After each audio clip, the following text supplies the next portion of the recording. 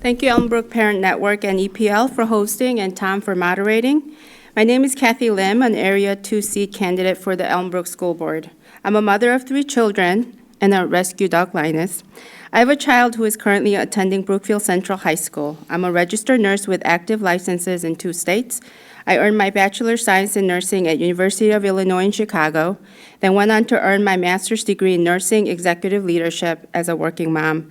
I'm a certified in operating room nursing, and I'm currently completing my legal nurse consultant certification. I have been fortunate to be a nurse over 26 years, moving from a staff nurse to a director of operation within amazing organizations who mentored and afforded me much opportunities. I pioneered in dynamic practical orientation solutions for operating room nurses, surgical techs, and other roles, and have reorganized orientation manuals as nurse educator, and then continued to support the program as a director by allocating resources for its sustained success. Nurses are lifelong teachers. In my most recent position as the Director of Operations in Surgical Services, which I held through last year in leading teams of 350 people responsible for a multi-million-dollar annual budget at a Level 1 trauma center, I successfully led $20 million surgery modernization construction project and pioneered surgical workforce pipeline design. My family and I moved to Brookfield 3.5 years ago, researching school district would be best for our children. Elmbrook's reputation was stellar from the outside. I have significant concerns that similar ideas of Chicago Public Schools have invaded in the Elmbrook philosophy. I am running for the school board to ensure Chicago's past and present doesn't become Elmbrook's future. Thank you. If elected to the board, what are the top 3 priorities you plan to address? If elected to the board, my top 3 priorities that I plan to address are consistent with the district strategy for 21 and 22, including, number 1, engaging students in high-quality learning that prepares them for life, college, and career, with ensuring equal access to opportunities for all students in their areas of ability and readiness. Number 2, collaboratively cultivating a positive and diverse work environment, including hiring and retaining the best qualified teachers based on qualification, content of their character, and with strong work ethics.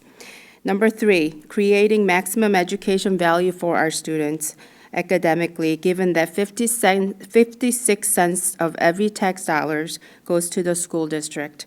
To achieve this, the school board must recognize and understand its full plenary authority and responsibility to the community and start discussing real issues so our children are no longer paying the price of rubber-stamped agendas. Thank you. In promoting your candidacy for the school board, have you or will you accept monetary or in-kind donations from political or special interest groups?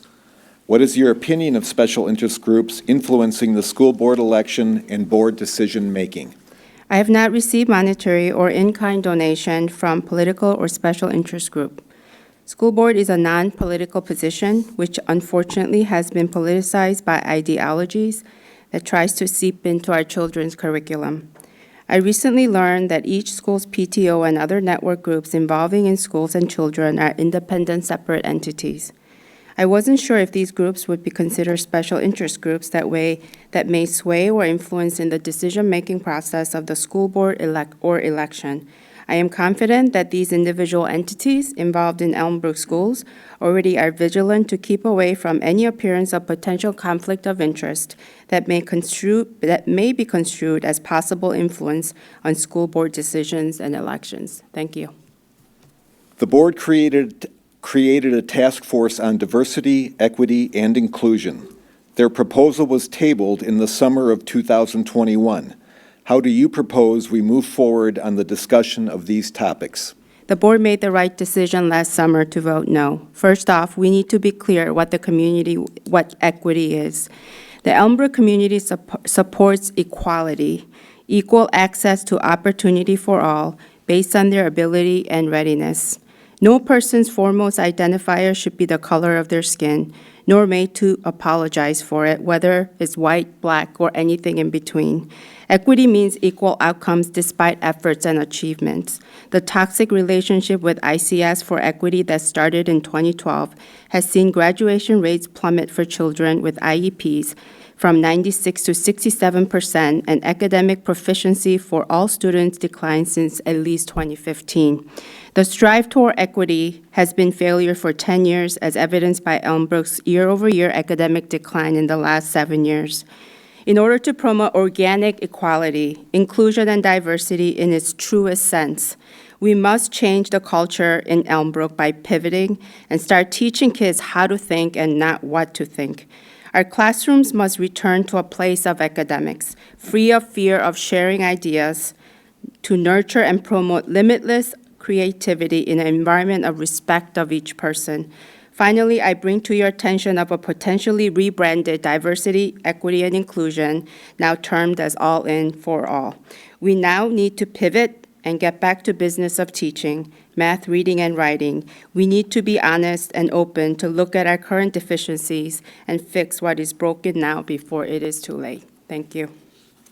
Given all of the issues that arise, how can the board stay focused on district strategy and annual goals and objectives to achieve student success? Given all the issues that arise, the board's focus and responsibility is to provide oversight, holding the district administration and staff accountable to achieve their goals, annual goals, and objectives regarding student success.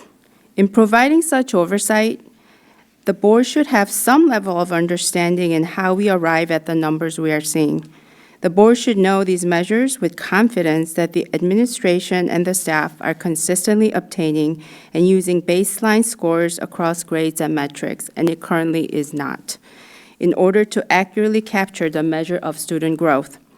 It is a job of the school board to ensure the administration is put to task in achieving district strategy and annual goals. School board answers to the voters, not to the administration. A root cause analysis is needed to deep dive into causes of continued decline in academics. My run for the school board is to get to the heart of the problem to course correct before it is too late. Thank you. There are signs that COVID will be part of our everyday lives for quite a while. What resources will drive your decision-making regarding Elmbrook's response to COVID mitigation and the promotion of health and well-being in our schools? First, the resources that will drive my decision-making regarding Elmbrook's response to COVID mitigation will be based on science. One specific source is the FDA enforcement policy for face mask and respirator under General Device Labeling Requirement 21 CFR 801, instruction for use. What this means is that mask manufacturer must have instruction for use for COVID. Secondly, CDC would be another resource which has available statistics and recommendations that are recommendations only. I remember watching Senate hearing of Dr. Walensky in front of the Senate. She was asked repeated times if she will be supporting the mandates of organizations. And Dr. Walensky repeatedly answered that CDC stand is a recommendation only and does not support or direct mandates. So when quoting CDC, it would be in the best interest of the district to recommend using applicable data and not entertain any form of mandates, as it may become another source of liability to the Elmbrook school taxpayers. Therefore, mask mandate is not supported by these facts. Thirdly, the recent science brought forth by physicians who have treated COVID patients attested to effectiveness of early treatment and natural immunity should also be considered into agile decisions of this process. If we can be open to these facts and that I've shared, it will lead to a simplified choice of health decisions that are a matter of personal freedom, to which I am confident it will result in the promotion of health and well-being in our schools, and remembering that we are not a hospital, but a place of education. Thank you. Our community benefits from the excellent reputation of our schools. How does the school board balance the need to provide a quality education with the need to respond to the local taxpayer burden? When looking at 2021 Elmbrook map results and winter 2021 map updates for elementary, right here, I question if we indeed have an excellent quality education. I see a red flag reviewing just these two documents. 2019 map winter trend achievement level is missing altogether. I noticed they're missing 2019 and 2020 fall baselines. How do we measure growth without baselines? If the rationale was because COVID in 2020, I would think that it would be even more critical to measure 2020 fall to make sure that we have not lost any growth from spring 2020. So with significant decline at the elementary level, it is only a matter of time until high school graduates follow suit as these kids enter high school or losing families to other districts and private schools, which will eventually impact the value of our community, which is not too far distance. During last week's Teaching and Learning Committee, 4K was discussed, and they did not have a baseline in the fall for the only metric, which is identifying capital letters. As it stands today, 4K is at 56%, which is no meaning without a baseline. So the reason given in the TLC is because it might be too stressful to test the kids first 3 weeks of school. So school district receives over $100 million per year in tax money, in addition to $9.7 million in COVID ESSER 1 and 2 funds, now with $4.7 million in additional anticipated fund for the ESSER 3. Governor CFR funds were received, and recently FEMA grants were received, and $197,000 with COVID. If it would behoove us to examine the district's stewardship of the funds before we discuss the local taxpayer burden. Thank you. The district has a goal to be a great place to work. What, if anything, should be done to enhance the hiring and retention of excellent staff to advance this goal? A great place to work encompasses all these core values that must be the core essence of organic engagement that promotes belonging in a safe environment where innovation is encouraged without fear of sharing ideas. It takes a lot of work, honesty, commitment, and courage, and definitely is not created by artificial quotas categorized by demographic and race, color, age, sex, gender, national origin, genetic information, according to EEOC. I have built one of the most organic, diverse team in my careers. It wasn't because I was trying to follow a checkbox or quota. It was based on their ability, their content of character, and their qualification, which many whom I have groomed and mentored and put them in stretch goals to continue for their growth and promotion. Here are my suggestions if it's not already in place. Number one, professional development that is directly related to teachers' job functions so that they're more motivated to teach it.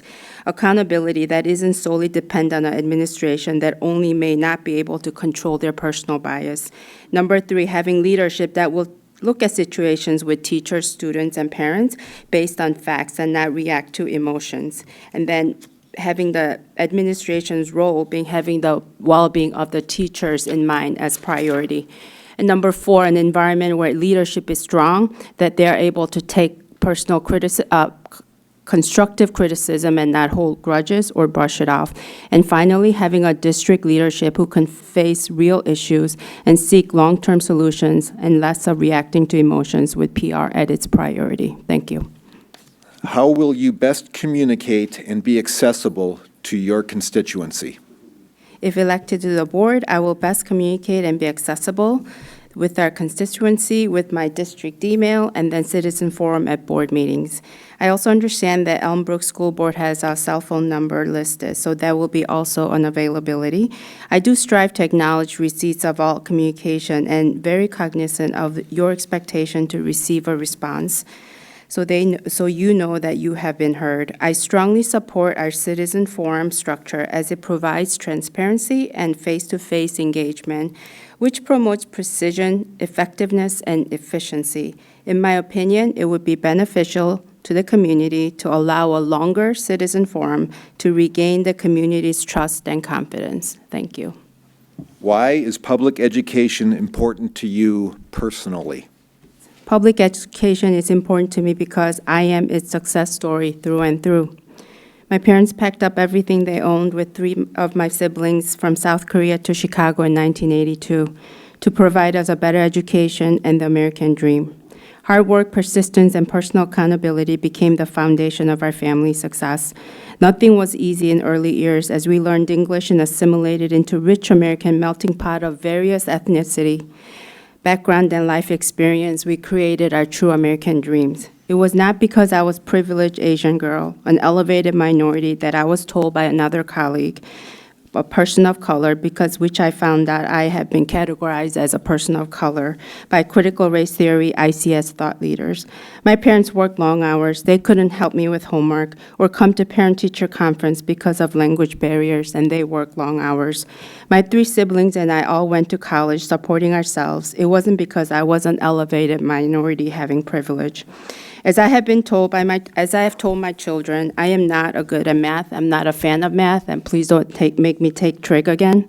However, I know my data and statistics and how to practically apply it to continuous improvement. I never demanded straight A's from my children nor Ivy Leagues, because what is prescribed best isn't always what's best for everybody. One size does not fit all. However, I do expect ownership, personal accountability, giving at their best to their ability to get back up every single time with stronger resolve, which they understand this so well as athletes, and to always be a person of value and a hope for others. For these reasons, how can I not demand anything but excellence in our public education system? Thank you. There is a clear desire amongst members of the community to be heard by the board. What is your process for evaluating contributions from people with differing viewpoints in your decision-making? My process of evaluating contribution from people with differing viewpoints in making my decision is to gather information from their perspective and ensure it is compatible with my oath to uphold the U.S. Constitution, Wisconsin Constitution, and its laws as a school board member. As a nurse and director of operations, I have worked with people with various opinions across every aspect of the organizational matrix. I collaborate with empathy and an analytical mind to develop the best solution for the problem. I believe that it is more important to have the best solution versus who comes up with the solution. We win or lose together as a team, and that team is us here in Elmbrook School District. Thank you. Well, thank you again for the forum. It was actually quite enjoyable, and thank you, Tom, for moderating. I am running for the school board to ensure that Chicago's past and present doesn't become Elmbrook's future without showmanship. I see so much potential in this community and all the goodness and kindness that I have experienced during the last few weeks of my campaign. And at the same time, I received much attention this past few weeks. As a person of minority-looking American, I thought that my candidacy would be celebrated across the district. We as a community is standing at a crossroad to decide what we want our legacy to be for our children. I am confident Elmbrook kids will win with Kathy LIM. So now let's go vote.